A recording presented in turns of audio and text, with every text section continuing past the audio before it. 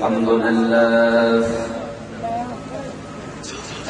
لله نحمده ونستعينه ونستغفره ونعوذ بالله من شرور أنفسنا ومن سيئات أعمالنا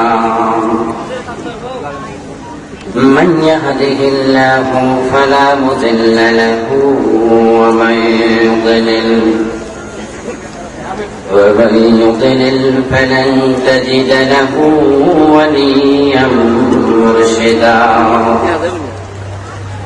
ونشهد أن لا إله إلا الله وأن محمدا عبده ورسوله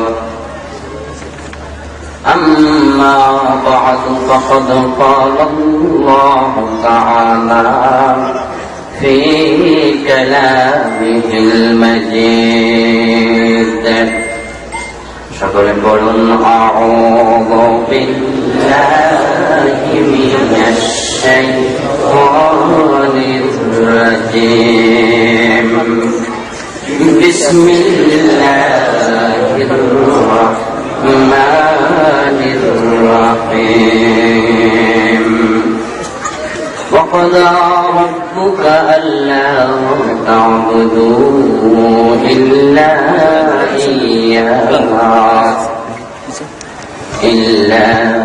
إياه وبالوالدين إحسانا إما يبلغن عندك الكبر أحدهما أو كلاهما فلا تقل لهما أف ولا تنهرهما وقل لهما قولا كريما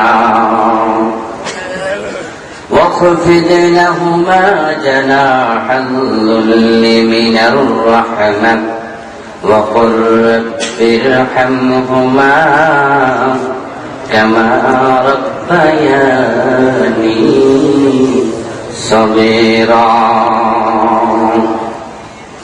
وقال تعالى مخبرا وآمرا إن الله وملائكته يصلون على النبي يا أيها الذين آمنوا صلوا عليه وسلموا تسليما إبراهيم قولنا اللهم صل على محمد وعلى آل محمد كما صليت على إبراهيم وعلى آل إبراهيم إنك حميد مجيد اللهم بارك على محمد وعلى آل محمد كما باركت على إبراهيم وعلى آل إبراهيم إنك حميد مجيد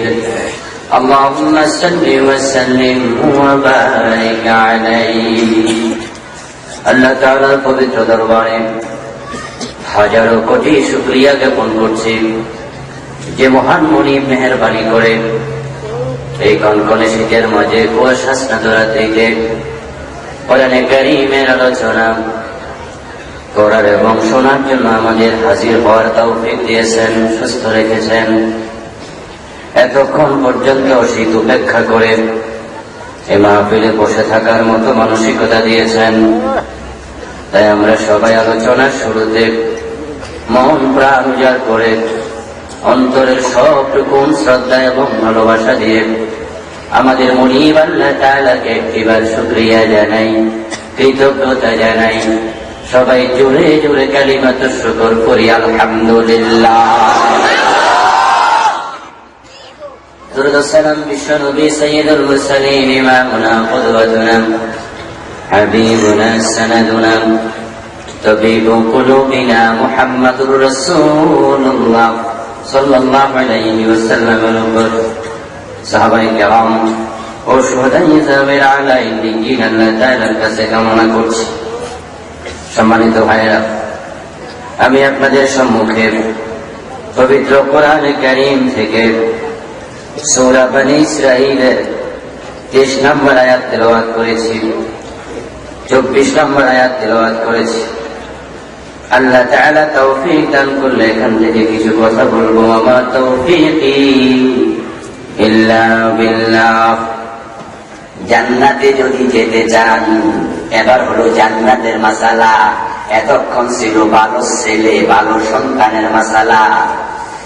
জান্নাতে যদি যেতে চান, তাহলে যাদের মাতা পিতা আছে কান খুলে শুনুন, মা বাপকে নারাজ করে কখনো সন্তানের জান্নাত মিলে না।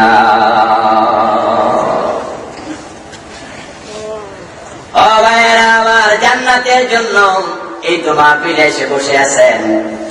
মক্কা শরীফ হজ করতে যান, কোন কোনে শীতের মাঝে ফজরের সময় ওযু করে ফজরের নামাজ পড়া সহজ ব্যাপার না। কষ্টার্জিত টাকা পয়সা গরিবকে দিয়ে দিচ্ছেন। জান্নাতের জন্য জিহাদ করছে মুজাহিদ, কত কাজ বন্ধ করছেন। অথচ আল্লাহর নবী বললেন, আল জান্নাতু তাহতা আকদামিল উম্মাহাত। জান্নাত হলো তোমার পায়ের নিচে। ঠিক না? ওমা কথা বলে না কেন আমার ভাইয়া? জান্নাত কার পায়ের নিচে? জান্নাত আপনার মায়ের পায়ের নিচে। আরেকটি হাদিসে পাওয়া যায়, আল ওয়ালিদু আওসাতু আবওয়াবিল জান্নাহ ফাইন শিতা ফাহাফিজ ওয়া ইন শিতা ফাদাজ্জি'। আল্লাহর নবী সাল্লাল্লাহু আলাইহি সাল্লাম বলেন, বাবা হলো জান্নাতের বড় দরজা। বলেন সুবহানাল্লাহ। জান্নাতের মধ্যম দরজা, আওসাতু আবওয়াবিল জান্নাহ, জান্নাতের মেইন দরজা। তুমি যদি চাও দরজাটা খোলা রাখো, আর তুমি চাইলে দরজাটা বন্ধ করে দাও। এর মানে জান্নাতে যেতে হলে মা বাপের সাথে আচরণ তুমি কেমন করবা এটা তোমার হাতে ছেড়ে দেয়া হলো। এক সাহাবী আল্লাহর নবী সাল্লাল্লাহু আলাইহি সাল্লামের কাছে গেলেন, গিয়ে প্রশ্ন করছেন, ইয়া রাসূলুল্লাহ, মা হাক্কুল ওয়ালিদাইনি আলা ওয়ালাদিহিমা? ক্বালা হুমা জান্নাতুকা ওয়া নারুক। প্রশ্ন করলো, ইয়া রাসূলুল্লাহ, সন্তানের উপরে মা বাপের কি কি হক আছে? আল্লাহর নবী সাল্লাল্লাহু আলাইহি ওয়াসাল্লাম সংক্ষেপে উত্তর দিয়ে দিলেন, কি হক আছে সেটা শোনা দরকার নাই, ও আল্লাহর বান্দা শুনে যাও। হুমা জান্নাতুকা ওয়া নারুকা, তারাই তোমার জান্নাত, তারাই তোমার জাহান্নাম। ও ভাইরা আমার, মাতা পিতা আপনার জান্নাত, মাতা পিতা জাহান্নাম। আপনাদের এলাকায় দোতলা তিনতলা বিল্ডিং আছে না নাই? আছে। 5 তলা 7 তলা 10 তলা বিল্ডিংও আছে বন্ধু। সদরে যখন যাবেন, জেলা সদরে, এই বড় বড় বিল্ডিং গুলোর দিকে যখন তাকাবেন, তখন দেখবেন ভেবেন মাটির উপরে যেমন ইট আছে, মাটির নিচেও কিছু ইট আছে না নাই? ওই বিল্ডিংটার জন্য কোন ইটগুলো বেশি গুরুত্বপূর্ণ? নামাজ জান্নাতের চাবি, রোজা জান্নাতের মাধ্যম, হজ জান্নাতের মাধ্যম, যাকাত জান্নাতের মাধ্যম। এই সবগুলা ঠিক আছে, এগুলো জান্নাতের মাধ্যম, কিন্তু জান্নাতটা মায়ের পায়ের নিচে। ঠিক না? قال النبي صلى الله عليه وسلم رضا الرب في رضا الوالدين وسخط الرب في سخط الوالدين। যেমন 3 তলা 5 তলা বিল্ডিং ফাউন্ডেশনের উপরে দাঁড়ায় থাকে, ফাউন্ডেশন যদি সরে যায় বিল্ডিংটা ধসে পড়ে যাবে। যেমনই ভাবে ফাউন্ডেশনের উপরে বিল্ডিং টিকে, আল্লাহর নবী বলছেন মাতা পিতার সন্তুষ্টির উপরে আল্লাহর সন্তুষ্টি দাঁড়ায়া থাকে। মা বাপ যদি সন্তুষ্ট থাকে, আল্লাহও সন্তুষ্ট থাকেন। মা বাপ যদি অসন্তুষ্ট হয়ে যায়, ওই 10 তলা বিল্ডিং যেমন ধসে যায়, নামাজ রোজা হজ যাকাত সব বাতিল হয়ে যায়। এটা এত ইম্পর্টেন্ট ব্যাপার বন্ধু আমার। শুনুন একটি হাদিস, হাদিসে এসেছে মান আসবাব মুতিআন লিল্লাহ ফি ওয়ালিদাইহি আসবাহ লাহু বাবান মাফতুহান মিনাল জান্নাহ ওয়া ইন কানা ওয়াহিদান ফাওয়াহিদা ومن أصبح عاصيا لله في والديه أصبح له بابان مفتوحان من النار فإن كان واحدا فواحدا قيل يا رسول الله وإن ظلم قال وإن ظلماه جربنا سبحان الله ও দোস্তরাম, সব মানুষ কোন না কোন মায়ের পেট থেকে এসেছেন, ঠিক না? কোন না কোন বাপের উরস থেকে এসেছেন। এই জন্য কান খুলে শুনুন, ফজরের নামাজ পড়ার জন্য মসজিদে যাচ্ছেন। হাদিসে আছে আসসালাতু মিফতাহুল জান্নাত, নামাজ জান্নাতের চাবি। ওই জান্নাতের চাবিটা সংগ্রহ করার জন্য কষ্ট করে শীতের মাঝে ঠান্ডা পানি দিয়ে ওযু করছেন। আমার অবাক ব্যাপার, আমরা যারা মুত্তাকি মানুষ, যারা আমরা নামাজ কাজা করি না, যদি বন্ধু রাত্রি বেলায় যুবক মানুষ কোন কারণে আপনার গোসল ফরজ হয়ে গেল, কখনো কখনো কুয়াশা এত বেশি পড়ে, প্রচন্ড শীতের কারণে পানির মাঝে আঙ্গুল দিলে আঙ্গুলটা পর্যন্ত বরফের মতো ঠান্ডা হয়ে যায়, ঠিক কিনা? তখন ফজরের নামাজ ফরজ, গরম পানি করার অবস্থা নাই। মুত্তাকি যুবক আল্লাহর সন্তুষ্টি অর্জনের জন্য, অসন্তুষ্টি থেকে বাঁচার জন্য ওই ঠান্ডা পানিতে গোসল করে ফজরের নামাজ পড়ে নামাজ কাজা করে না। আছে না নাই? আছে না নাই? এই যে নামাজের জন্য আপনি ফজরের সময় উঠলেন, মসজিদে গেলেন। হাদিসে আসছে যখন কোন ব্যক্তি সকাল বেলায় ঘুম থেকে ওঠে, আল্লাহ কি তার দিকে রহমতের নজর দেবেন না গজবের নজর দেবেন, এই সিদ্ধান্তটা নেয়ার আগে আল্লাহ তাআলা তাকায়া দেখেন ওই লোকটার উপরে তার মা বাবা সন্তুষ্ট নাকি অসন্তুষ্ট। আল্লাহ তাআলা যদি তাকায়া দেখেন মান আসবাহা মুতিয়ান লিল্লাহ ফি ওয়ালিদাইহি, ওই দিন সকালবেলা যখন ঘুম থেকে উঠেছে, রাত্রিবেলায় মা বাপের সাথে এমন আচরণ করে ঘুমাইছে, তার মা বাপ তার উপরে আনন্দিত খুশি, তাহলে আল্লাহ তার উপরে খুশি হইয়া তার জন্য জান্নাতের দুইটা দরজা খুলে দেয়। আসবাহা লাহু বাবান মাফতুহান মিনাল জান্নাহ, আল্লাহ যখন দেখেন মা বাপ খুশি, তখন জান্নাতের দুইটা দরজা খুলে দেন। মা বাপের দুইজনের একজন জীবিত আছেন, ওই একজন খুশি, জান্নাতের একটা দরজা খুলে দেন।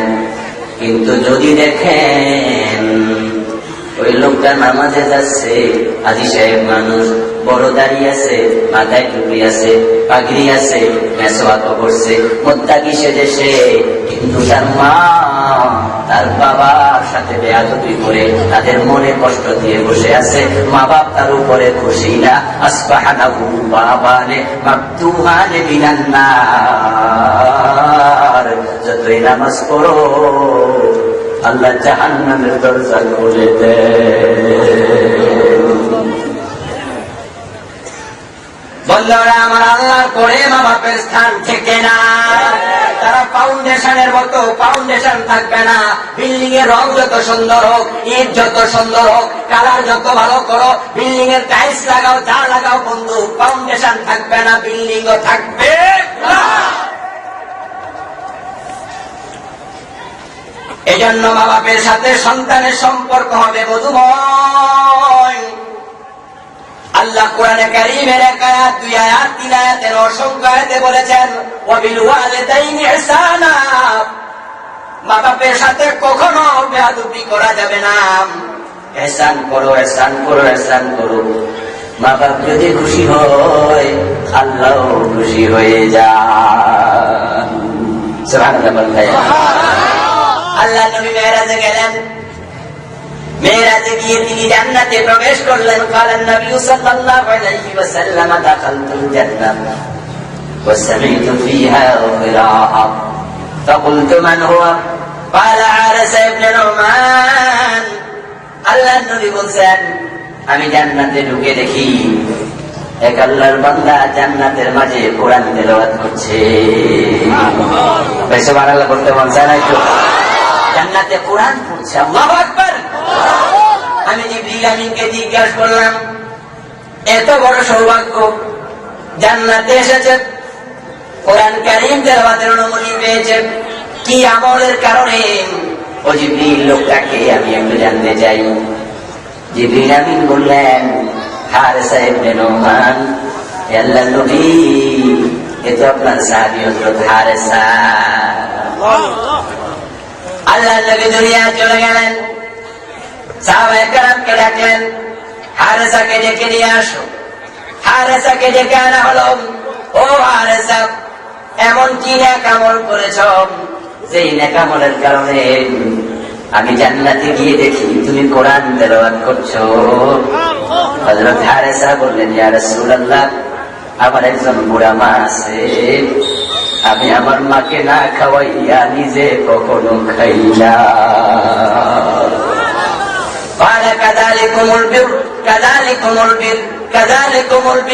আল্লাহর হাবিব তখন বললেন ঠিক বলেছো হারেসা, এটা উত্তম আমল, উত্তম আমল, উত্তম আমল। তোমার মা তোমার উপরে খুশি হয়ে গেছে, আল্লাহ খুশি হয়ে তোমাকে জান্নাত দিয়ে দিয়েছে। রাসূল সাল্লাল্লাহু আলাইহি ওয়াসাল্লাম বন্ধু কোন একদিন বক্তৃতা দিচ্ছেন, খুতবা দিচ্ছেন, ওয়াজ করতেছিলেন সাহাবায়ে কেরামের কাছে। ওয়াজ করতে গিয়ে হঠাৎ তিনি রেগে গেলেন।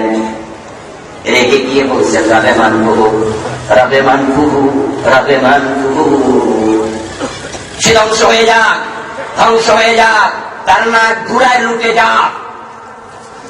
সাহাবায়ে কেরাম আল্লাহর নবীকে এইভাবে বদদোয়া দিতে কখনো আর শুনেন নাই।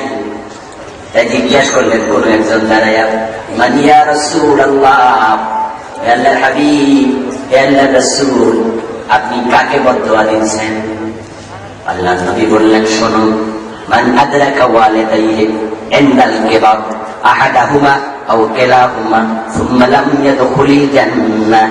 আমি বদদোয়া দিচ্ছি ওই লোকটাকে যেই লোকটা ঘরের মাঝে জান্নাত পেয়েছিল কিন্তু জান্নাতটাকে ধরে রাখতে পারে নাই। মানে যার মা বাপ দুইজন বুড়া অবস্থায় জীবিত ছিল অথবা বৃদ্ধ অবস্থায় একজন জীবিত ছিল, সে নিজের ঘরের মাঝে জান্নাত পেয়েছিল কিন্তু এর পরেও জান্নাতে যেতে পারে নাই। ওই উম্মত আমার উম্মত হওয়ার যোগ্য না, সে ধ্বংস হয়ে যায়। ও ভাই আমার, বুড়া মা বাপকে বোঝা মনে করবেন না, বরং মা বাপ হচ্ছে নিয়ামত, টাকার মেশিন। যদি কারো ঘরে থাকে, সরকার তাকে টাকা বানানোর অনুমতি দেয়, ওই লোক কি গরিব হবে? ও বন্ধু, 1 পৃষ্ঠা কাগজ কিনে 1000 টাকার নোট বানাইলে 60 টাকা, ঠিক না? টাকার মেশিন আছে, টাকা বানানোর অনুমতি আছে, তাহলে সে যেমন দরিদ্র হয় না, গরিব হয় না। যার ঘরে বুড়া বাবা আছে সেও জাহান্নামী হওয়ার কথা না, কারণ মা বাপ হলো সওয়াবের মেশিন। সওয়াবের মেশিন। একটি হাদিসে পাওয়া যায়, মা মিন ওয়ালাদিন বারিন ইয়ানজুরু ইলা ওয়ালিদাইহি নাজরা রাহমাতিন ইল্লা কাতাবাল্লাহু লাহু বিকুল্লি নাজরাতিন হাজ্জাতান মাবরুরা। যে ব্যক্তি ভালো এক সন্তান, নামাজি বুজুর্গ সন্তান, মা বাপের মনে কষ্ট দেয় না, মানুষের হক নষ্ট করে না, আল্লাহর হক নষ্ট করে না, এমন ভালো সন্তান যদি মা বাপের চেহারার দিকে মায়ার নজরে একবার তাকায়, আল্লাহ সাথে সাথে তার আমলনামায় একটা কবুল হজের সওয়াব লিখে দেয়। একজন প্রশ্ন করলেন, ওয়া ইন্না দারা কুল্লা ইয়াউমিন মিআতা মাররা ক্বালা আল্লাহু আকবার ওয়া আতিয়াবু। একজন বললেন যদি 100 বার তাকায়, তখন হাদিসে প্রশ্নের জবাবে বলা হলো যদি 100 বার তাকায় আমলনামায় 100টা কবুল হজের সওয়াব লিখে দেয়া হবে। মা বাপকে খুশি করুন, খুশি করুন, খুশি করুন।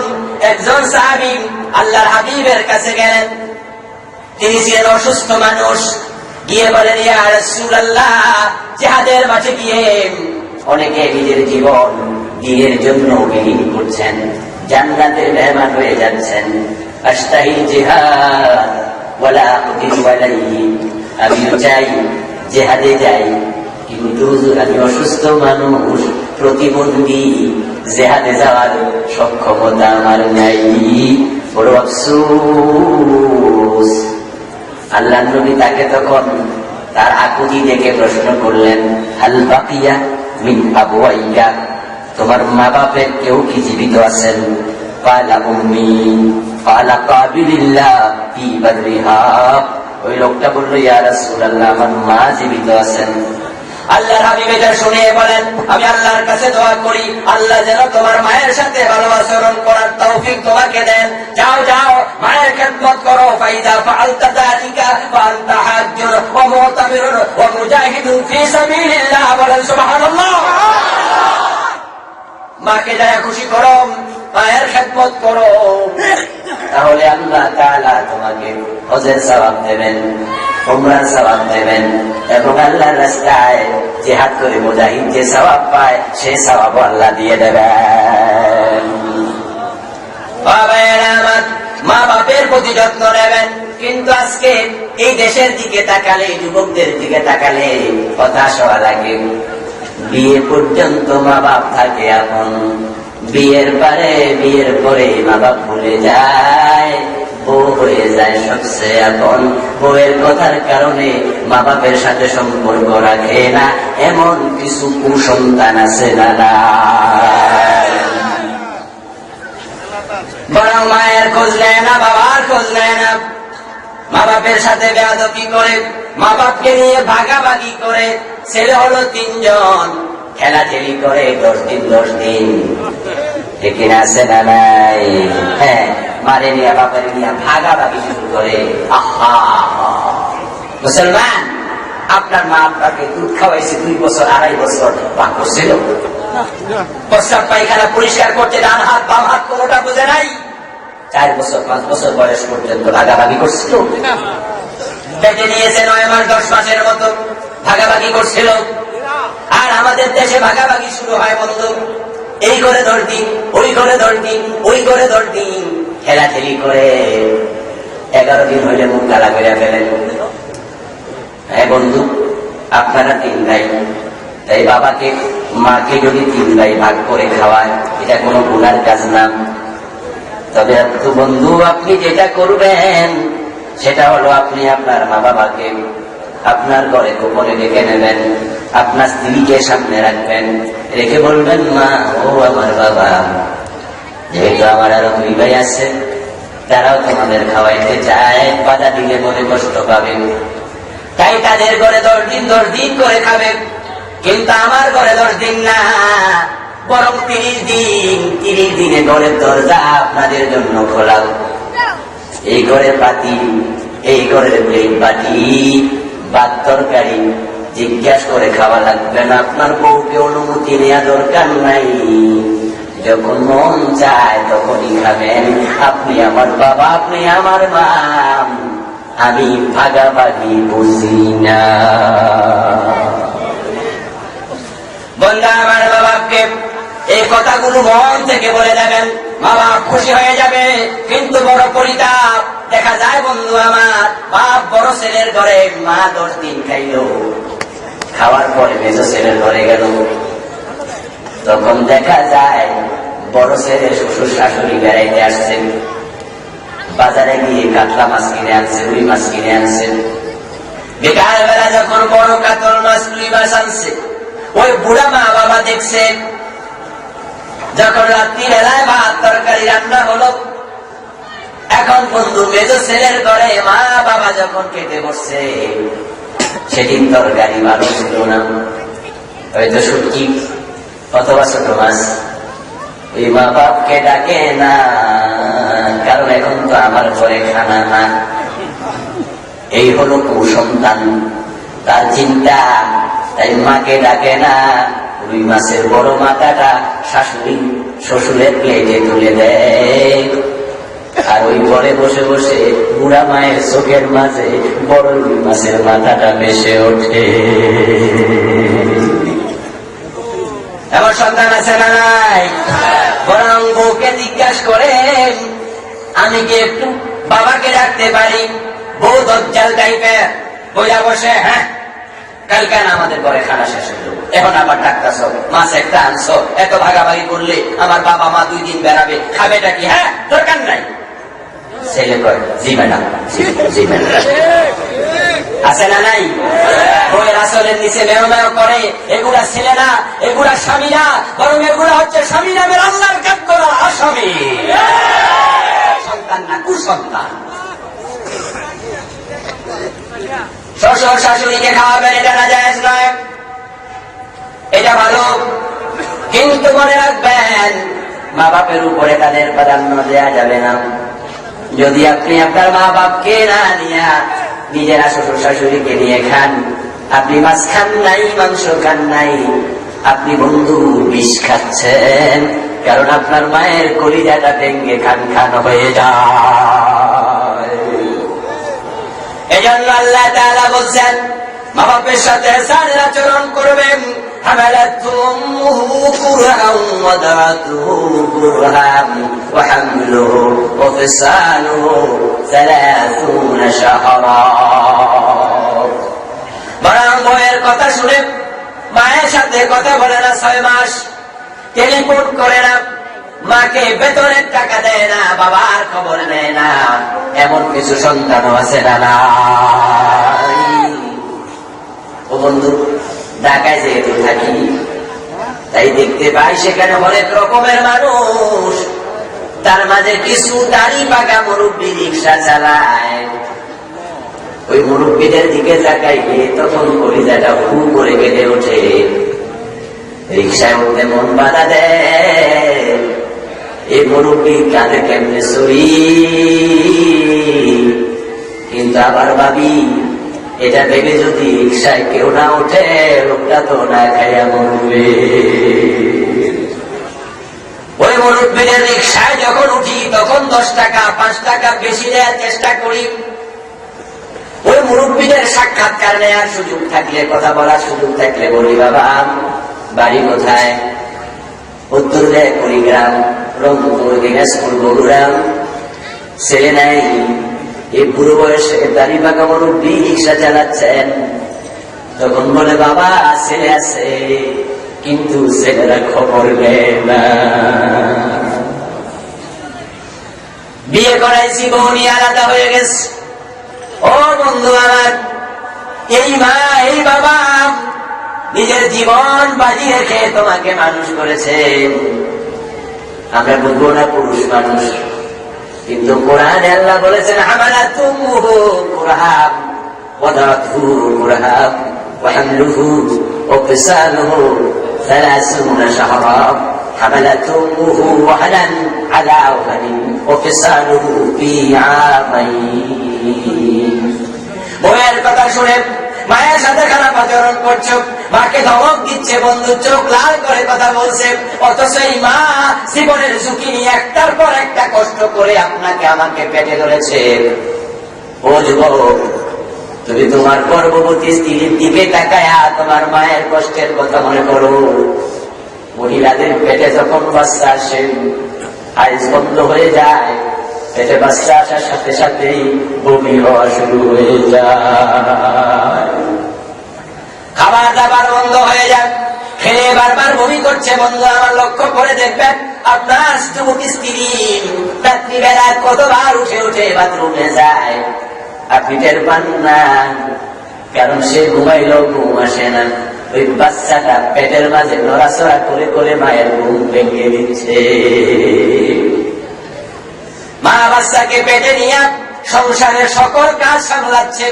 এমন দিন হাড় ভাঙ্গা কাটুনি খেটে যখন ঘুমাইতে গেছে, আপনি আমি পেটের ভিতরে নড়াচড়া করে মায়ের ঘুম ভেঙে দিয়েছি। ও ভাই আমার, সব কষ্ট সয়ে মা যখন সন্তান প্রসবের মুহূর্ত আসে, আল্লাহ বলে হামালাতু উম্মুহু কুরহা, কষ্ট করে পেটে এলো, ওয়াদাতহু কুরহা, জীবনের ঝুঁকি নিয়ে তারপরে তোমাকে প্রসব করলো। আজকে তো পারেশান করে পেট কেটে সন্তান বের করে, কষ্ট কম। কিন্তু আমরা যারা এখানে বসে আছি, আমরা এখানে সিজারের বাচ্চা আমার মনে হয় একজনও নাই। আমাদের মায়েরা জীবনের ঝুঁকি নিয়ে আমাদের প্রসব করেছে। যখন মায়ের প্রথম বাচ্চা প্রসব করার সময় আসে, মা অভিজ্ঞতা নাই, জীবনে কখনো বাচ্চা হয় নাই, বয়ে বয়ে থাকে। বাপের বাড়ি থেকে বিদায় নিয়ে শ্বশুর বাড়ি যখন যায়, মায়ের গলা চেপে ধরে কাঁদে আর বলে, মা মাফ করে দিও, দ্বিতীয়বার দেখা নাও হতে পারে। বোনের কাছে মাপ নিয়েছে, স্বামীর কাছে মাপ নিয়েছে, চোখের পানি ছেড়ে গাল বিদায়া বিদায়া বলেছে, আর জানি দেখা হয় কিনা আল্লাহ জানেন। কারণ বন্ধু, সন্তান প্রসবের সময় কত মা মারা যেত, ঠিক কিনা? যখন সন্তান প্রসবের সময় আসলো, আল্লাহ বলছেন ওয়াদাতুহু কুরহা, খুব কষ্ট হয়। সে কষ্ট আমি আপনি বুঝার কথা নয়, কিন্তু তাফসীর করে যতটুকু বুঝেছি, চিকিৎসা বিজ্ঞান থেকে যতটুকু দেখার চেষ্টা করে দেখেছি বন্ধু, যখন মায়েদের প্রসব বেদনা শুরু হয় তখন মা খুব কষ্ট পায়। মা তখন হাঁটাহাঁটি করে, পায়চারি করে, প্রসব বেদনা বাড়তে থাকে। তখন মায়ের চোখ দিয়ে পানি বের হতে শুরু করে দেয়। লজ্জায় মা কাউকে বলে না। তখন শাশুড়ি বলে, বৌমা গো, বেদনা বুঝি শুরু হইল। তখন মা মাথা নেড়ে আস্তে করে সায় দিয়া বোঝায়, শাশুড়ি মা, প্রসব বেদনা শুরু হয়েছে। বেদনা যখন বেড়ে গেছে, মা তখন অসহ্য হয়ে বন্ধু এবার আর লজ্জার মাথা খায়া চিৎকার দেয়া শুরু করে দিয়েছে, মরে গেলাম, মরে গেলাম, মরে গেলাম। জীবনের ঝুঁকি নিয়া মা ধৈর্য ধরছে, বন্ধু কাঁদতেছে। আপনি আমি দুনিয়া আসা শুরু করলাম, মাথাটা বের হয়ে গেল, দেহের অংশ আস্তে আস্তে আসছে, আম্মা জীবন উৎকণ্ঠিত হয়ে যাচ্ছে। কষ্টে নিজের মাথার চুল নিজের ছেঁড়া শুরু করে দেয়। যখন সন্তানটার পা দুনিয়ার দিকে আসে, সন্তান একটা লাঠি মেরে তারপরে ধাক্কা দিয়ে আসে। ওই ধাক্কায় মায়ের কলিজা ছিঁড়ে যাওয়ার অবস্থা হয়ে যায়। অনেক মা জিহ্বায় কামড় দিয়ে বেহুশ হয়ে যায়। আল্লাহ কোরআনে স্মরণ করায়া দিচ্ছে, নিজের জীবনের ঝুঁকি নিয়া তোমাকে তোমার মা প্রসব করলো, কিন্তু 5 মিনিট 7 মিনিট পরে মায়ের যখন কষ্টটা কমে গেছে, মা তখন চোখ মেলে বলে, আমার কলিজার টুকরাটারে এক নজর দেখা গো, তোরা কে আছিস? তখন আপনাকে ওই সারা কাঁথার মাঝে দিয়া যখন মায়ের কোলের কাছে দেয়, ওই ময়লাওয়ালা কপালের মাঝে, গালের মাঝে মা চুমু খাইতে শুরু করে দেয়। জীবনের সব কষ্ট এক মুহূর্তে ভুলে যায়। ও বন্ধু, এগুলো কোন কৌতুক নয়, কোন কাহিনী নয়, গল্প নয়, এটা হচ্ছে রূঢ় বাস্তবতা, অনেক কঠিন সত্য কথা। এমন কষ্ট করে প্রসব করি, বুকের দুধ খাওয়াইছে 2.5 বছর 2 বছর। এই যে শীতকাল, ছোট্ট বাচ্চারা দেখবেন এক এক রাতে 10 বার 12 প্রস্রাব করে কাপড় নষ্ট করে। বন্ধ শুকানোর জন্য তামাম আকাশ কুয়াশায় ঘেরা, 3 দিন সূর্য দেখা যায় না। কাঁথা শুকাবে কোথায়? ভিজা কাঁথা। কিন্তু আপনার তো ভিজা লাগবে, সর্দি হবে, কাশ হবে, তাই দেখা যায় মা নিজের কাপড় আপনাকে দেয়। দিতে দিতে যখন দেখে আর শুকনা কাপড় নাই, তখন মা নিজের জায়গায় শোয়া, আপনার প্রস্রাবের ভিজা জায়গায় মা ঘুমায়। ও বন্ধু, সন্তান যখন ওই ভিজা জায়গা, শুকনা জায়গাটা আবার ভিজায় ফেলছে, তখন মা সন্তানকে নিজের বুকের মাঝে শোয়ায়, এরপরও যেন ঠান্ডা না লাগে। আর ওই সন্তান মায়ের চেহারার দিকে তাকাইয়া ধমক দিয়া কথা বলে। দোস্তগণ, যদি এই প্রচন্ড শীতে মা 6 ঘন্টা ওই সন্তানের খোঁজ না রাখতো, তাহলে প্রস্রাবের মাঝে থেকে জ্বর হইয়া নিউমোনিয়া সর্দি কাশিতে পড়ে যেতেন, 6 ঘন্টা খোঁজ না নিলে মরে যেতেন। আর সেই মায়ের 6 মাস খোঁজ নেয় না। বউ মানা করছে তাই বউয়ের মন পাওয়া লাগবে, প্রাধান্য দিচ্ছে নিজের স্ত্রীকে, অথচ হাদিস বলে ভিন্ন কথা। বন্ধু, নিজের গায়ের চামড়া যদি জুতা বানায়া মায়ের পায়ে দাও, তারপরও মায়ের হক আদায় করা যায় না। হযরত বলেছেন আব্দুল্লাহ ইবনে ওমর রাদিয়াল্লাহু তাআলা আনহু আল্লাহর ঘর তাওয়াফ করছেন হজের সময়। হঠাৎ করে দেখেন একজন লোক তার মাকে কাঁধে নিয়ে কাবা শরীফ তাওয়াফ করছে। শাহেদা ইবনে ওমর রাজুলান ইয়ামানিয়ান ইয়াতুফু বিল বাইত হামালা উম্মাহু ওয়ারা যাহরিহি ثم قال يا ابن عمر أتراني ززيتها قال لا ولا بزفرة واحدة। একটু শিক্ষার দিয়া বলেন সুবহানাল্লাহ। আব্দুল্লাহ ইবনে ওমর ওই লোকটার দিকে তাকালেন, লোকটা ঘাড়ের মাঝে মাকে নিয়ে কাবা তাওয়াফ করছেন। ওই লোকটা আব্দুল্লাহ ইবনে ওমর রাদিয়াল্লাহু তাআলা আনহুকে চিনলেন। তাওয়াফ শেষ করে কাছে আসলেন, কাছে এসে বলেন, হুজুর আপনি আল্লাহর নবীর সাহাবী, আমি তো আল্লাহর নবীকে দেখি নাই। আপনার থেকে আমি একটা মাসালা ফতুয়া জানতে চাই। আমার মা বুড়ো মানুষ, আমার বাড়ি মানে মক্কা থেকে অনেক অনেক দূর, ওনার শখ হয়েছে উনি হজ করবে, কিন্তু কিভাবে আসবেন? তখন তো গাড়ি ঘোড়ার ব্যবস্থা ছিল না। তাই আমি আমার মাকে কাঁধে নিয়ে এসে গেলাম, আরাফায় গেলাম, মিনায় গেলাম, মুজদালিফায় গেলাম, চাপা মারোয়া সাই করালাম। হজের সব কাজ শেষ করে এখন কাবা তাওয়াফ করাচ্ছি, আমার মাকে কাঁধে নিয়ে এসে মাত্র শেষ করলাম। এখন আপনি একটু আমাকে ফতুয়া দেন, আমার মায়ের যে হক আমার উপরে ছিল আমি কি আদায় করতে পেরেছি? আব্দুল্লাহ ইবনে ওমর শুনে বলেন, লা ওয়ালা বিজাফারাতিন ওয়াহিদা, আল্লাহর বান্দা না না, হক আদায় করা দূরের কথা, এখনো এক চুমুক দুধের হক আদায় হয় নাই। বউয়ের কথা শুনে বাবা পেশাতে বেয়াদবি করো না, কারণ বউ পাল্টানো যায় কিন্তু বাবা পাল্টানো যায় না। বন্ধু আমার, এই আব্দুল্লাহ ইবনে ওমর উনি নিজে বলতেছেন তার জীবনের কাহিনী। কানাত তাতি ইমরাতুন উহিব্বুহা ওয়া কানা বি ইয়াকরিহুহা ফাআমারানি আন উতাল্লাকাহা ফাআবাইতু ফাযাকারতু যালিকা লিন-নবী সাল্লাল্লাহু আলাইহি ওয়াসাল্লাম ফাকালা ইয়া আব্দুল্লাহ তাল্লিক ইমরাআতাক। আব্দুল্লাহ ইবনে ওমর বলেন, আমার একজন স্ত্রী ছিল, তাকে আমি খুব ভালোবাসতাম, কিন্তু কেন জানি আমার বাবা ওমর তাকে পছন্দ করতেন না। তাই একদিন তিনি আমাকে ডেকে নিয়ে বলেন, আব্দুল্লাহ রে, তোর বউটাকে তালাক দিয়ে দে। হযরত আব্দুল্লাহ ইবনে ওমর বলেন, আমি তালাক দিলাম না, না দিয়ে আমি রাসূলের কাছে চলে গেলাম।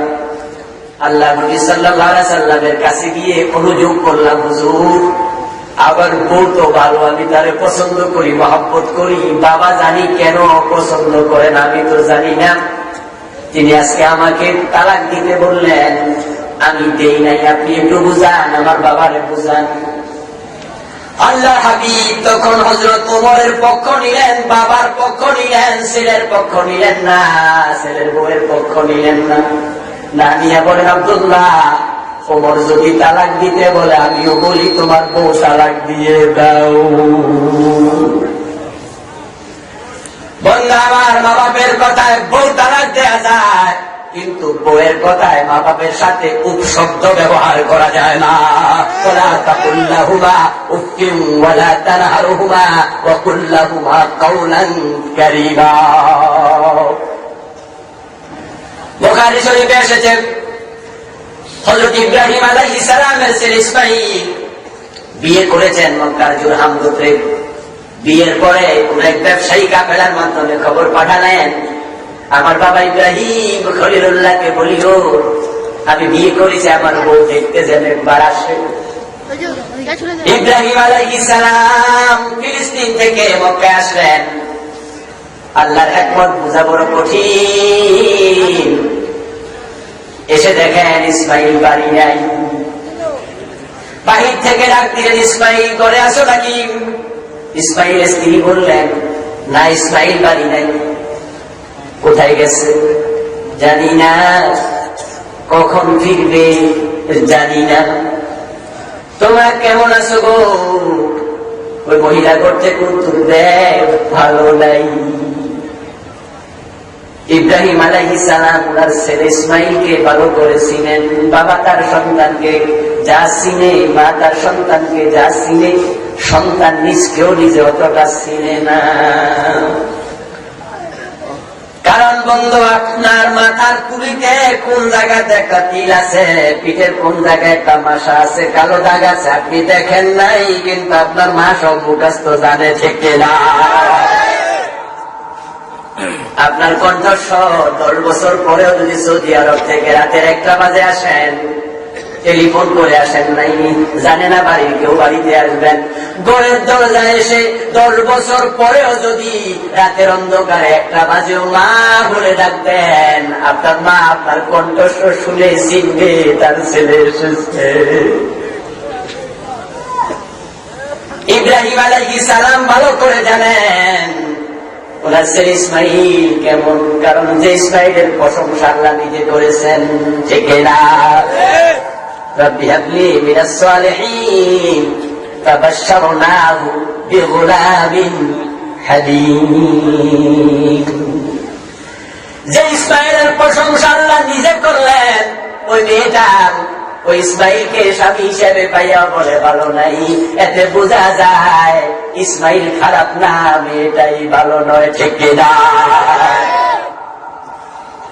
খলিলুল্লাহ ইব্রাহিম আলাইহিস সালাম বলে গেলেন, চলে যাচ্ছি গো।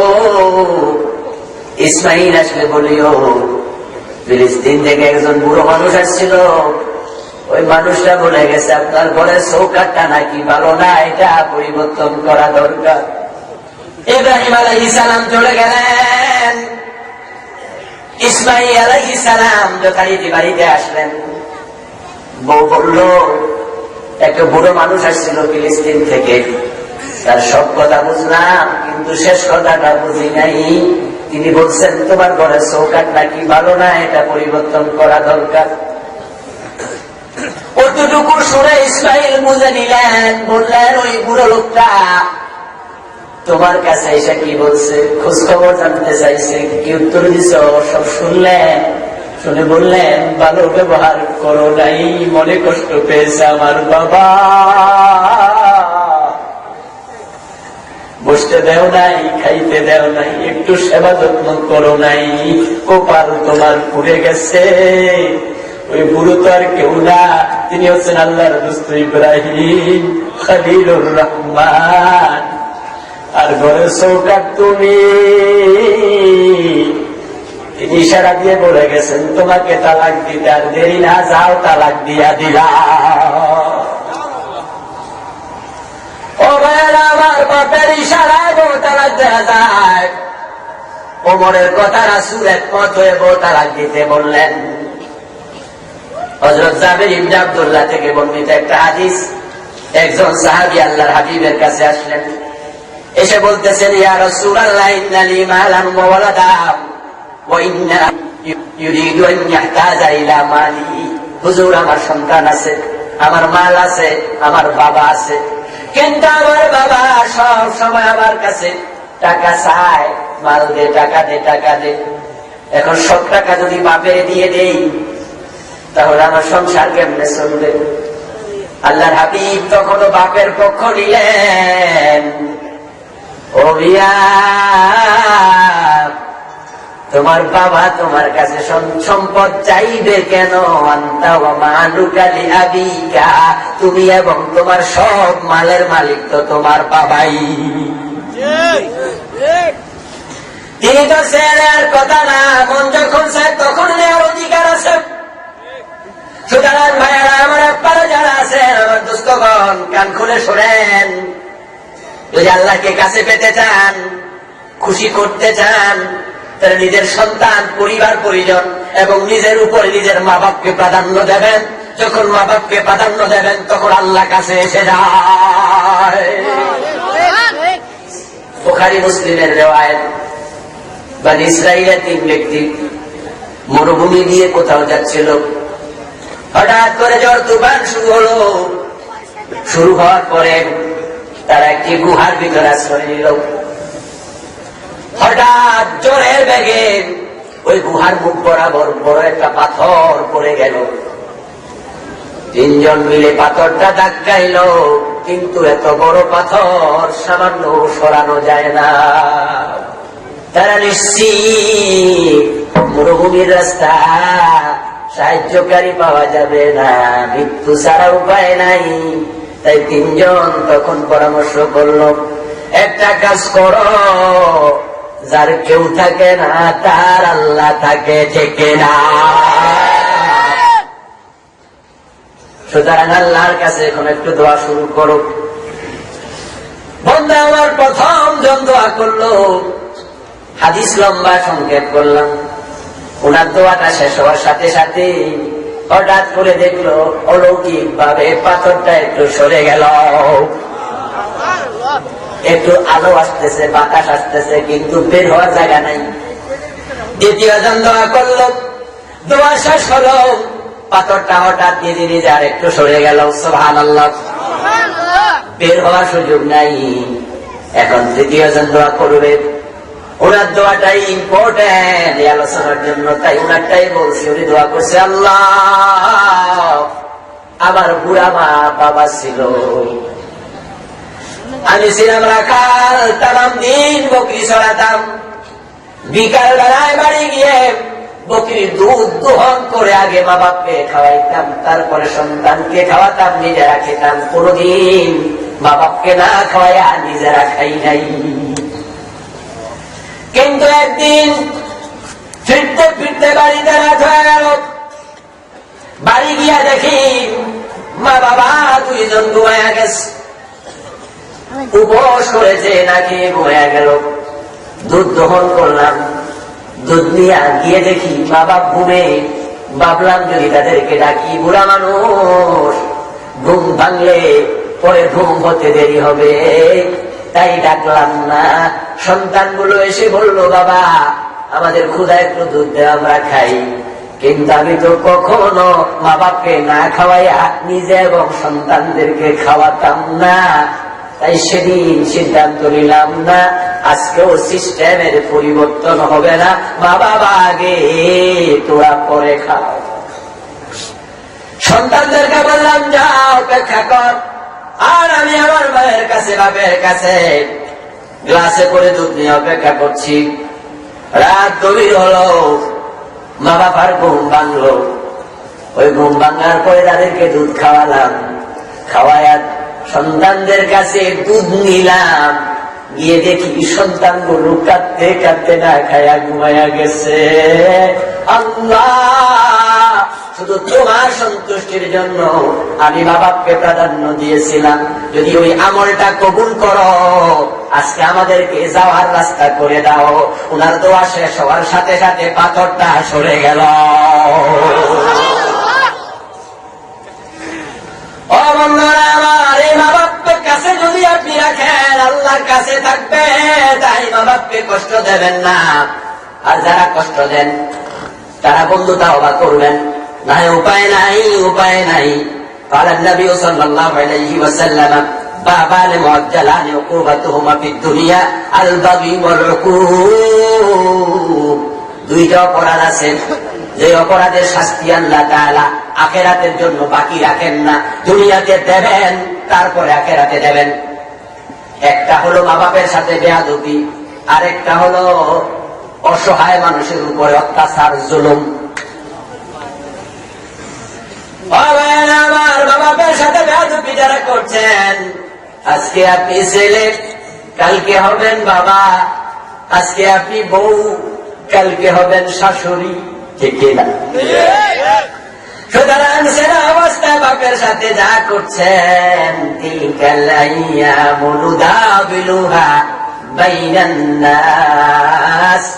আল্লাহ বলে আমি দিন ঘুরাই।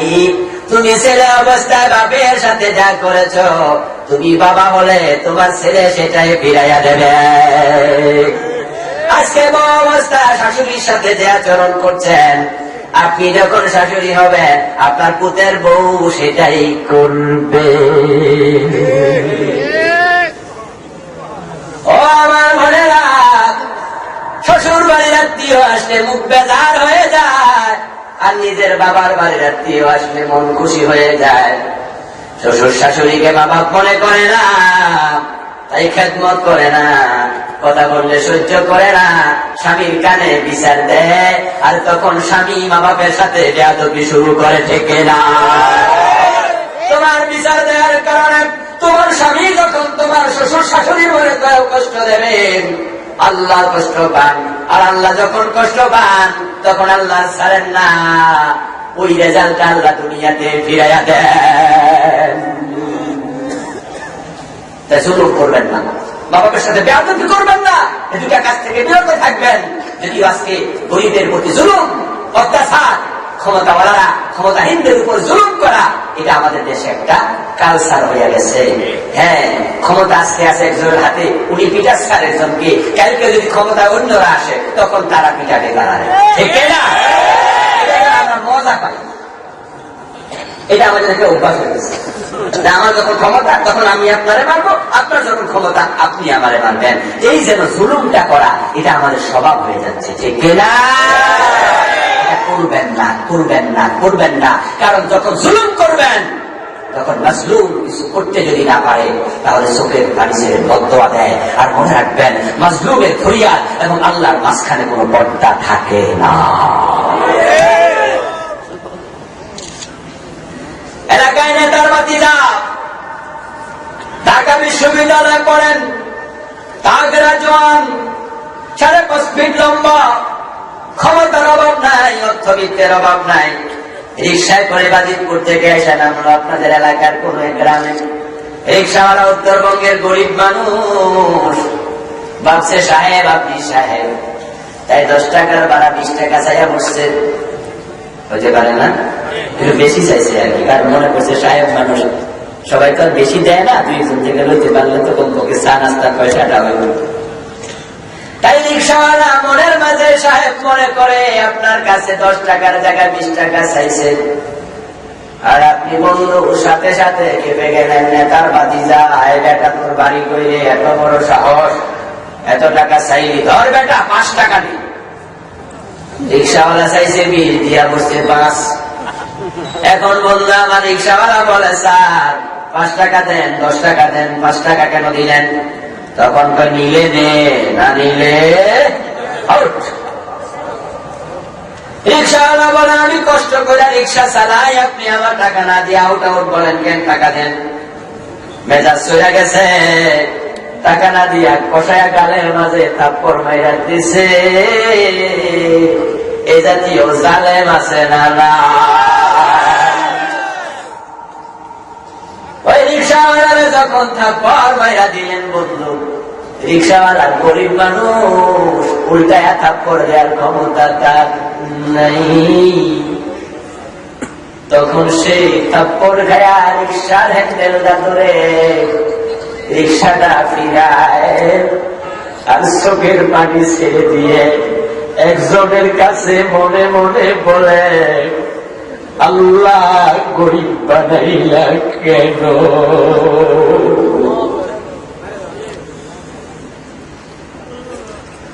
ক্ষমতার মালিক কে? বলেন না ভাই, কে? সুতরাং আরেকজনের কাছে ক্ষমতা নাই, দুর্বল পায়া জুলুম করো না, জুলুম করো না। কারণ সে তখন আল্লাহর আছে কলিজা ফাটায়া বিচার দেয়। আর আল্লাহ রাসূল বলছেন ওয়াইয়াকা ওয়া দাওয়াতাল মাজলুম ফাইন্না লাইসা বাইনাহু ওয়া বাইনাহা ওয়া বাইনাল্লাহি হিসাব। ওই লোকটা যখন বদদোয়াটা দেয় তখন ওইটা আল্লাহর কাছে মুহূর্তের মাঝে পৌঁছে যায়, মাঝখানে কোনো পর্দা থাকে না। আর আল্লাহ যদি তার বদদোয়া কবুল করে ফেলে বন্ধু,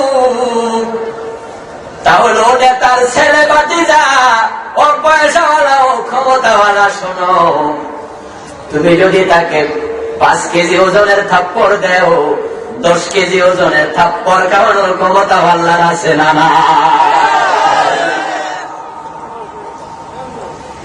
সুতরাং কথাগুলো যেন দিলের কান দিয়া শোনেন। এই চামড়ার কান গরুরও আছে, ছাগলেরও আছে, ওরা শুনে বোঝে না। কিন্তু আপনারা যখন শুনছেন তখন আমার কথার ইশারায় গিয়ে বোঝা লাগবে, ঠিক না? সুতরাং আপনি জুলুম যখন করছেন তখন হুঁশিয়ার থাকবেন, কারণ ক্ষমতাওয়ালাকে কিন্তু বন্ধু ওজন আরো বড় ওজনের হাতও তো আছে। যখন আপনি কাউকে বলবেন তোরে খাইছি, বলে না এরকম মানুষ, তখন দেখবেন আঙ্গুল 2টা সামনে যায়, বাকি 3টা নিজের দিকে ফিরে ফিরে কয় তোর জন্য আমরা 3 জন আছি।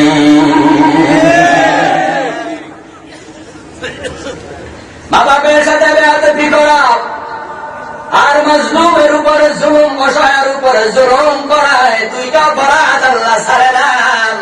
দুনিয়ায় তার শাস্তি দেবেন, তারপরে আখিরাতে দেবেন। একটা ম্যাগাজিনে পড়লাম বন্ধু, মা বুড়ো মানুষ, দেখবেন বন্ধু ছেলেদের জন্য মায়ের টান একটু, আমার ভাইয়েরা কথা কয় না, আপনাদের এলাকায় বেশি না? বাপের জন্য মেয়েদের টান একটু বেশি থাকে, আর মায়ের জন্য ছেলেদের একটু বেশি না। ব্যতিক্রম হতে পারে। এই জন্য মা বুড়ো মানুষ যখন দেখে একটু লবণ করে গেছে, তখনও মা পুতের বউরে কয়, বোমা গো লবণটা নষ্ট করছো কেন? হয় না এরকম? আরে আমার ছেলে কত কষ্ট করে টাকা পয়সা কামায়, আর তুমি নষ্ট করতেছ? যখন একটু তেল নষ্ট হয়ে যায় তখন বুড়ো মা বলে, বোমা গো তেলটা নষ্ট করলা কেন? আর পুতের বউ মনে মনে ফলে, হ্যাঁ আমার জামাইয়ের টাকা, আমি তেল ফালামু, আমি জল ফালামু, এটা তো আমার ইচ্ছা, আপনি কেন কেন করেন? মানে মনে হয় যেন কইতে পারে না ছেলেটাই আমার, বাপ সাপটা এরকম, ঠিক না? মায়ের কথা শুদ্ধ হচ্ছে না, তাই মায়ের কথাগুলো ছেলের কানে বিভিন্ন ভাবে রং চটাইয়া বিচার দেয়, ঠিক না? তোমার মা আমার কাছে জ্ঞানের করে, সহ্য করতে পারি না। ম্যাগাজিনে পড়লাম বন্ধু, তাই ছেলে মাকে বলে, মা গো বাবা নাই, বুড়া মানুষ তুমি, তোমাকে নিয়ে যাই কই, তোমার পুতের বউ তো তোমার সহ্য করছে না, তাই একটা কাজ করো, দোতলার মাঝে একটা ছোট্ট রুম বানায়া দেই, তুমি ওখানে থাকো, ফাঁকে ফাঁকে গোসল টোসল করতে নিচে নামিও, উপরে থাকো, সেখানে আমরা খাবার দাবার পাঠাইয়া দেবো, তোমার বউর সাথে দেখাও কম, ঝগড়াও হবে কম। উপরের তলায় ছোট্ট রুম বানায়া দিছে, মা সেখানে থাকে। মাটির প্লেট বুঝেন তো আপনার দেশে কি করে? থালা আনকি করে না? ও বন্ধু আমার, মাটির প্লেটে করে 10-12 বছরের বয়সী নাতি, ওই নাতির কাছে দেয়, নাতি দাদির কাছে দোতলায় খাবার নিয়ে যায়, সিঁড়ি বেগে সিঁড়ি বেগে নিয়ে দাদির কাছে একই প্লেটের মাঝে ভাত, একই প্লেটে ডাইল, একই প্লেটে একটু কোনায় তরকারি একত্রে দিয়ে দিছে। উত্তরবঙ্গের মনি বদলার মতো, বোঝেন নাই কথা? ফকিরের মতো আছে না? না চালেন চালেন, এগুলা চালেন, কপাল পোড়া, কত বাগা। আমার বউয়ের কাপড় 5টা 10টা, মায়ের কাপড় 2টা, তুমি উত্তম সন্তান না, তুমি কুসন্তান। এগুলো মাথায় রাখবেন বন্ধু। ওয়াজ তো জীবনে কত শুনছেন, আজকেও শুনলেন।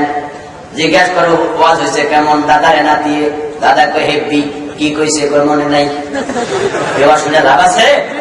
এই জন্য যেন এরকম না হয়, ভালো করে শুনে যাবেন, হৃদয়ের কান দিয়ে শুনবেন। আল্লাহ যেন আমাদের আমল করা তৌফিক দান করে, বলেন আমি।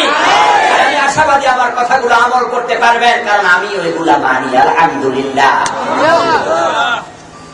আমার মা বাবাকে আমি কখনো ভাগ করে দেখি না, অ্যাকাউন্টে চেক কেটে দিয়ে চলে আসি, যখন মন চায় অ্যাকাউন্ট থেকে টাকা তুলে, আলহামদুলিল্লাহ, হিসাবের দরকার নাই, যখন মন চায় নেবে। রাসূল তো বলছেন আমি আমার সম্পদ সবটার মালিক আমার বাবা। মনে রাখবেন বন্ধু, তাহলে আল্লাহ খুশি হয়ে যাবে। আর আল্লাহ খুশি হয়ে যখন দেয়া শুরু করবে, বান্দা নিয়েও কুলাতে পারে না, ঠিক না? ও ভাই আমার, এখন দাদির পাশে নাতি বসে গল্প করে, দাদিমা আমরা তো মুরগির মাংস দিয়ে ভাত খাইছি, তোমারে সবজি দিছে কেন? দাদি তো খবর পাইয়া ফেলছে, জিজ্ঞাসা করা লাগে না, ছোটবেলা বন্ধু বুঝলেন না, গল্প করে। দাদি কষ্ট পায়, কলিজাটা মুহূর্তের ভিতরে ভেঙে চুরমার হয়ে যায়, কিন্তু নাতিরে কি বলবে? তাই দাদি বলে, নাতি রে আমি তো বুড়ো হয়েছি, হয়তো মুরগির গোস্ত পেটে সইবে না, এই জন্য তোর মা হয়তো আমাকে সবজি দিছে। ও ভাই আমার, মায়ের মন যখন ভেঙে যায়, তখন আপনার উপর আল্লাহর গজব আসতে আর দেরি হবে না। হবেন, লাঞ্ছিত হবেন, চাকরি চলে যাবে, ব্যবসায় দশ নামবে, আল্লাহর গজব আসতে দেরি হয় না। অথবা অপেক্ষা করেন, সময় আসছে, এরকম অবস্থা আপনারও। একদিন বন্ধু ওই নাতিটা মাটির প্লেট হাতে নিয়ে দুবেলার দিকে উঠতেছে, দাদির কাছে যাবে, অন্য মনস্ক হওয়াতে হঠাৎ করে প্লেটটা হাত থেকে পরে ভেঙে গেল, বা সব তরকারি মাটিতে পড়ে গেল।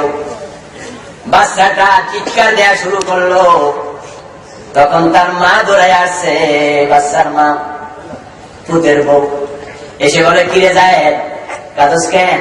মা প্লেটটা তো ভেঙে গেল, ভাত তো পড়ে গেল।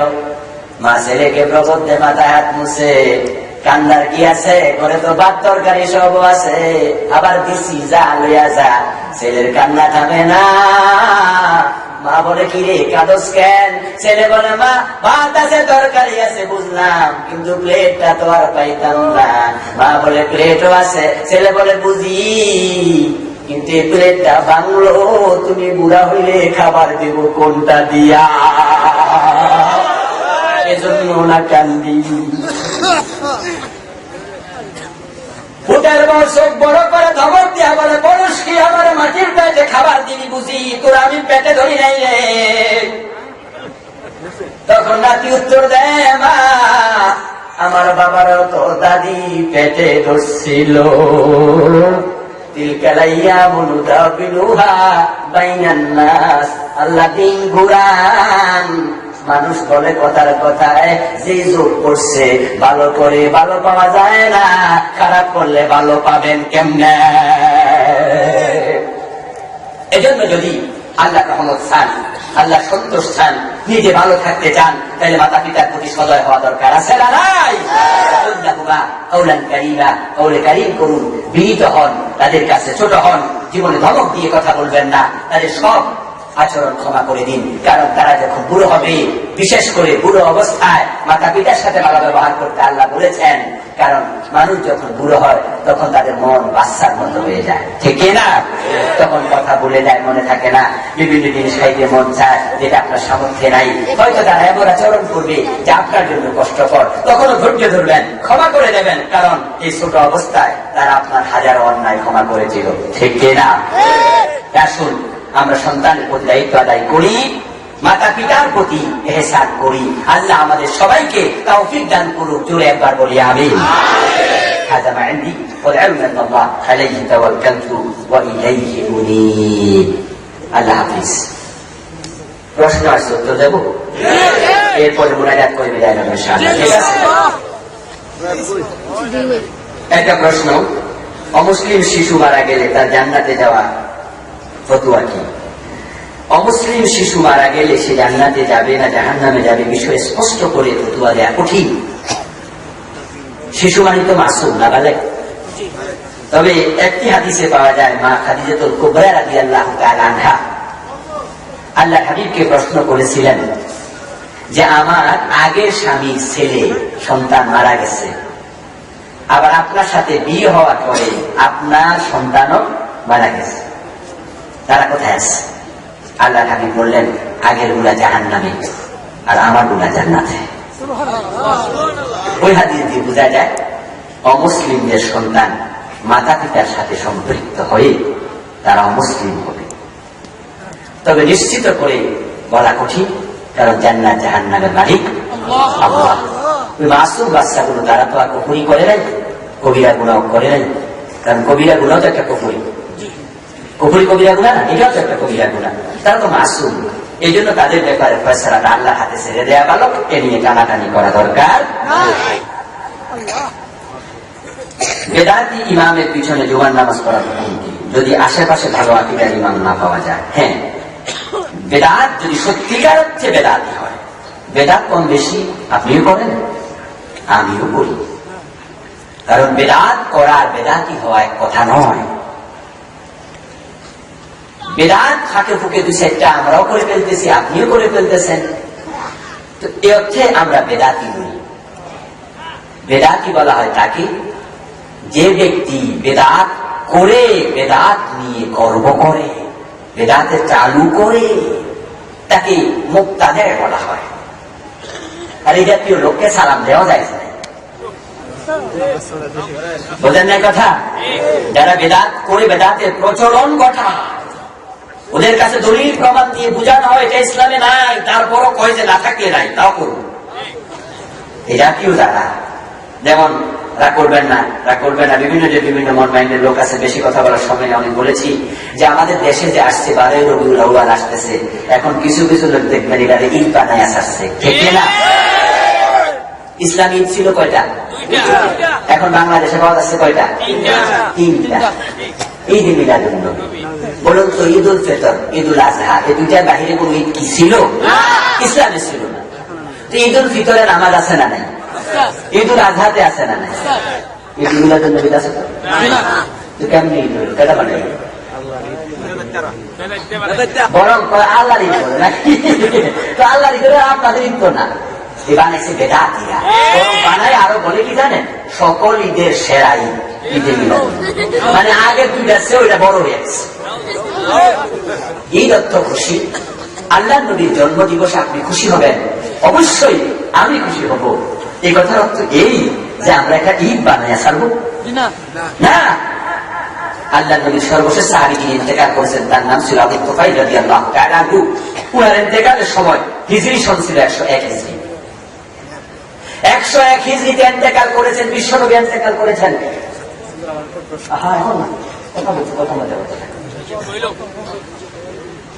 আল্লাহ নবী ইন্তেকাল করলেন 11 হিজরি, আর সর্বশেষ সাহাবী আবু তুফাইল রাদিয়াল্লাহু তাআলা ইন্তেকাল করেছেন 101 হিজরিতে। তাহলে বোঝা গেল আল্লাহ নবীর ইন্তেকালের পরে 90 বছর সাহাবা জীবিত ছিল, ঠিক না? ওই 90 বছরে আল্লাহ নবী সাহাবারা আমাদের চেয়ে আল্লাহ নবীকে অনেক বেশি ভালোবাসতেন, কিন্তু তারা কোনো ঈদ পালন করেন না। ঈদ কয়টা ছিল? 2টা। এখন আমরা ঈদ করা লাগবে 2টা, কিন্তু এখন আমাদের দেশে যারা 3টা ঈদ বানাইছে, দেখেন ঢাকা শহরে দেখবে যে পোস্টার ব্যানার ছেয়ে গেছে। ওই লোকগুলো নাম দিয়েছে ঈদদেরকে আশেকে রাসূল, আশেকে হাবিব, কত নাম দিল, এবং ঈদ মিলাদুন নবী লাখ লাখ টাকা খরচ করবে। অথচ আপনাদের বিবেকের কাছে প্রশ্ন রাখতে চাই, যখন কিছুদিন আগে আল্লাহর বিরুদ্ধে, কোরআনের বিরুদ্ধে, ইসলামের বিরুদ্ধে, রাসূলের বিরুদ্ধে লেখালেখি করেছে কিছু লোক, এবং যখন আলপিন ম্যাগাজিনে, প্রথম আলোর যে ম্যাগাজিনটা আলপিন, ওই আলপিন ম্যাগাজিনে বিশ্ব নবীকে বিড়াল বলা হয়েছিল, তখন আমরা তামাম দুনিয়ার মুসলমানেরা, ইভেন্টি যখন কয়েকদিন আগে আমেরিকান নিকোলা ভাসিনি 18 মিনিটে ইনোসেন্স অফ মুসলিম নাম দিয়া আল্লাহ নবীর বিরুদ্ধে 18 মিনিট একটা সিনেমা বানায় বিশ্ব নবীকে সন্ত্রাসী বলেছিল, তখন আমরা মিছিল করেছি, মিটিং করেছি, তাকে অ্যারেস্ট করা হয়েছে আমেরিকায়। বাংলাদেশে আশেক যারা রাসূলের বিরুদ্ধে কথা বলেছে আমরা মিছিল করেছি। এই আশিকে রাসূলরা একটা বিবৃতিও দেয় নাই, রাস্তায় খুঁজে পাওয়া যায় নাই, মিছিল করে নাই, মিটিং করে নাই, তখন ওনারা ঘুমায় ছিল। আর রাসূলের প্রেম দেখাচ্ছে এখন তারা ঈদে মিলাদুন নবীতে গরম জিলাপি খেয়ে গিয়া। এই জন্য আপনি আমি অবশ্যই রাসূলকে ভালোবাসবো। কিভাবে? রাসূল বলেছেন যেভাবে। আচ্ছা বন্ধু, রাসূলকে ভালোবাসতে গিয়ে ওনাকে সেজদা করা যায় যাবে? কারণ যেহেতু তিনি এটা করতে বলেন না। তো যদি আল্লাহ নবী জন্ম দিবসে ঈদ থাকতো, তাহলে আল্লাহ নবী নিজে বলে যেতেন যে হ্যাঁ তোমরা আমার জন্ম দিবসে একটা ঈদ করিও। আপনি যুক্তি দিয়া এইভাবে অসুবিধা কি, হইলে অসুবিধাটা কি, এ জাতীয় কথা আপনি যদি বলেন, তাহলে আমিও বলবো ঈদের নামাজেও আযান দেয়া লাগবে। অসুবিধাটা কি? ঠিক না? ভালো জিনিসটা খারাপ জিনিস, ঈদের নামাজেও দিবেন, অসুবিধা কি? আরে রুকু সেজদা ভালো জিনিসটা খারাপ জিনিস, জানাজার নামাজও দিবেন, অসুবিধাটা কি? মাগরিবের নামাজের ফরজ কয় রাকাত?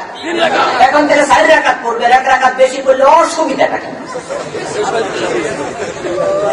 ভাইয়েরা, যুক্তি দিয়ে ইসলাম বানানো যাবে না, দলিল ভিত্তিক ইসলাম লাগবে। ঠিক কিনা?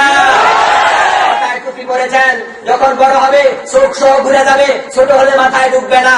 পায়ে জুতা পরছেন, ছোট হলে পায়ে ঢুকবে না, বড় হলে পায়ে থাকবে না। সুতরাং মাথার মাপে টুপি, পায়ের মাপে জুতা। এখন কোরআন হাদিসের মাপে হবে ইসলাম। ঠিক কিনা? হবে জামা, বড় পড়লে পরে যাবে, ছোট হলে গায়ে ঢুকবে না। ঠিক কিনা? কোরআন হাদিসের বাইরে ইসলাম বলা যাবে না। তো বেদাতি যারা এরকম ইসলামের দলিল মলিল বোঝে না, যুক্তি দেশ। ঠিক না? এই জাতীয় ইমামের পিছনে নামাজ পড়া মাকরুহ। আল্লাহ আমাদের হেফাজত করুক, আমিন। আমরা যেন বেদাতি না হই, আল্লাহ আমাদের হেফাজত করুক, বলেন আমিন। প্রশ্ন আপনারটা এটা? মাশাআল্লাহ। আর একটা ছোট্ট প্রশ্ন উত্তর দিয়ে আমরা মোনাজাতে যাব। ইল্লাল্লাহ জিকির জায়েজ আছে কিনা? ভাই প্রশ্ন করছে, আমি বলবো জায়েজ আছে কিনা এ বিষয়ে না বলে আমি সহজভাবে বলবো। قال النبي صلى الله عليه وسلم أفضل الذكر لا إله إلا الله। আল্লাহর হাবিব বলেছেন সর্বশ্রেষ্ঠ জিকির হলো লা ইলাহা ইল্লাল্লাহ। কোরআনে কারীম আল্লাহ বলেছেন উযকুরুল্লাহ কামা আল্লামাকুম, তোমরা আল্লাহর জিকির করো যেমনই ভাবে আল্লাহ তোমাদের শিখিয়েছেন। তো আল্লাহ শিখিয়েছেন তার রাসূলকে, রাসূল শিখিয়েছেন আমাদেরকে। জিকির করুন সুবহানাল্লাহ, আলহামদুলিল্লাহ, লা ইলাহা ইল্লাল্লাহ, সুবহানাল্লাহি ওয়া বিহামদিহি, সুবহানাল্লাহিল আযীম। এভাবে আরো কত জিকির রাসূল শিখিয়েছেন। তো আল্লাহর নবী যত জিকির শিখিয়েছেন, ইল্লাল্লাহ ইল্লাল্লাহ এই জাতীয় কোন জিকির রাসূল শিখান নাই। এটা কোন হাদিসে নাই। জায়েজ আছে কিনা সে জাবেলায় গেলাম না, কিন্তু আমি স্পষ্ট করে বললাম এটা হাদিসে নাই। হাদিসে আছে আফজালুজ যিকরি লা ইলাহা ইল্লাল্লাহ। আপনি কালেমা পুরো বলবেন, ভাঙবেন না। কথা বোঝেন নাই? এখন যদি তর্কের খাতিরে আমি বললাম জায়েজ আছে, কেউ কেউ এটাকে জায়েজ বলছেন, এখন আমি আপনাদের কাছে প্রশ্ন রাখতে চাই, রাসূল শিখিয়েছেন যেটা সেটা হলো সুন্নাহ, ঠিক কিনা? আর ইল্লাল্লাহ জিকির কেউ যদি বলে জায়েজ, তাহলে বলুন তো জায়েজ ভালো না সুন্নাহ ভালো? কথা বলে না, জায়েজ ভালো না সুন্নাহ ভালো? তাহলে আপনি আমল তো করবেন সুন্নাহ, জায়েজ আসেন কেন? কথা বোঝেন না? সুতরাং আসলে আমরা সুন্নাহর উপরে চলি। আল্লাহ তৌফিক দান করুক, আমিন। আজকে দেব একজন ভাই প্রশ্ন করেছেন, দাড়িতে কালো মেহেদি দেওয়া অথবা কলম লাগানো জায়েজ কিনা? সাহাবায়ে কেরামের মাঝে এটা নিয়ে ইখতিলাফ পাওয়া যায়। ফুকাহায়ে বিদতে না, আপনার ইমাম আবু হানিফা, শাফিঈ, আহমদ, হাম্বল না, বরং আগের যুগে আরো আগে সাহাবাদের মাঝে ইখতিলাফ পাওয়া যায়। কিছু সাহাবী বলছেন কালো খেজাব জায়েজ, কিছু সাহাবী বলছেন কালো খেজাব জায়েজ নাই। তবে কালো খেজাবকে নাজায়েজ বলার পিছনে কারণ আল্লাহ সৃষ্টিতে রূপান্তর। আল্লাহ আপনার এই সাদা বানায়া বুঝাচ্ছে বয়স বাড়তেছে, মরার চিন্তা করো। বুঝেন নাই কথা? সাদা হওয়া প্রমাণ করে বয়সটা বাড়তেছে। আপনি কালো বানাইলে তো ভুলে যাবেন, আপনি তো নিজের জোয়ান জোয়ানে ভাববেন, ঠিক না? এই জন্য কালো বানাবেন না, প্রয়োজনে লাল বানাবেন। লাল বানাইলেও বোঝা যায় এটা সাদা এসেছিল, ঠিক না? এই জন্য কালো দিবেন না। আল্লাহ আমাদের বুঝার তৌফিক দান করুন।